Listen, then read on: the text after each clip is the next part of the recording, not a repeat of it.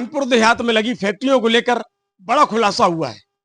कानपुर देहात में फायर विभाग की एनओसी के बिना लगभग 300 से अधिक फैक्ट्रियों को लाइसेंस जारी किए गए, जबकि फायर विभाग ने इनको एनओसी जारी नहीं की। तो आखिर बड़ा सवाल है कि इन फैक्ट्रियों को लाइसेंस कैसे जारी हो गए। कहीं न कहीं विभागीय मिलीभगत की बात सामने आ रही है।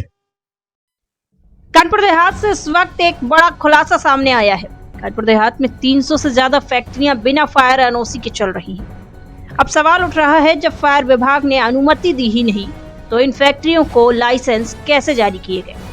दरअसल कल रनिया औद्योगिक क्षेत्र की रायपुर स्थित प्रियांशु एंटरप्राइजेस प्लास्टिक फैक्ट्री में भीषण आग लग गई।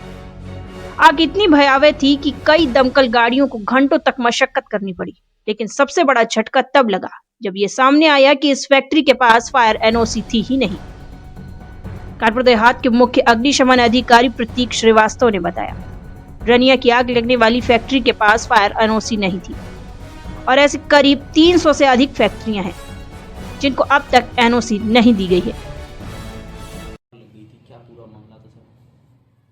आज दिनांक 3/11/2025 को सुबह प्रातः लगभग 7:17 पर एमडीटी के माध्यम से सूचना मिली कि दिव्यांशु फैक्ट्री में आग लगी हुई है। तुरंत कार्रवाई करते हुए मौके से माती फायर स्टेशन से 2 फायर टेंडर रवाना हुए।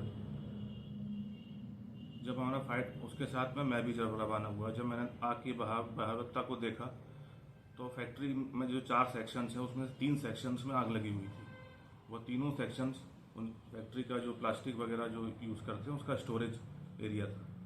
आग की भयावहता को देखते हुए मैंने कानपुर नगर, एक जालौन, एक औरैया, इन सबसे गाड़ियों की मांग करी फायर सर्विस हेडक्वार्टर के द्वारा और उनके द्वारा तुरंत मदद मुहैया कराई गई। मैंने एक गाड़ी अपने कानपुर देहात से सिकंदरा से भी बुलाई। फिर हमने फायर फाइटिंग स्टार्ट करी। स्टार्टिंग में चूँकि प्लास्टिक की फायर थी, प्लास्टिक की फायर बी क्लास फायर होती है, उस पर पानी ज़्यादा असर नहीं करता।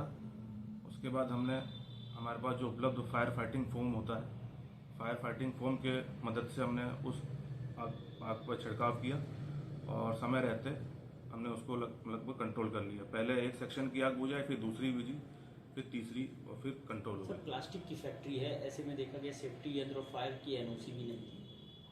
जी, अभी उस फैक्ट्री में एनओसी पे फिलहाल तो नहीं थी। इन लोगों को नोटिस दिया जा रहा है और आगे कार्रवाई की जाएगी। सर के ऊपर अगर एनओसी नहीं थी, एक्चुअली कई ऐसी फैक्ट्रियां कहीं भी पहले भी आग लग चुकी है कि जब आग लगती है तभी सामने निकल के आती है कि एनओसी नहीं है। जी, क्या पहले कुछ कार्रवाई ऐसी की जाए?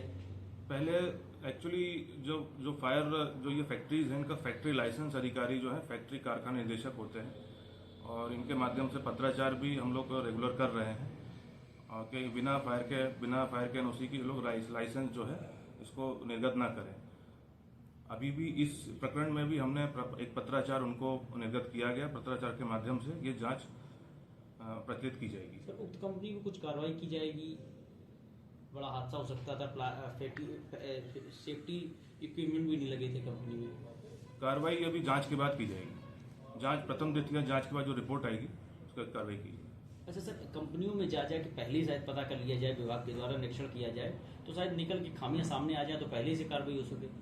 अगर हादसा होता है तो बड़ी कंडीशन बिगड़ेगी फिर। जी, आपका कहना सही है। आपके उसको विचारों को हम लोग नोट करेंगे और उसके अनुसार कार्रवाई की जाएगी।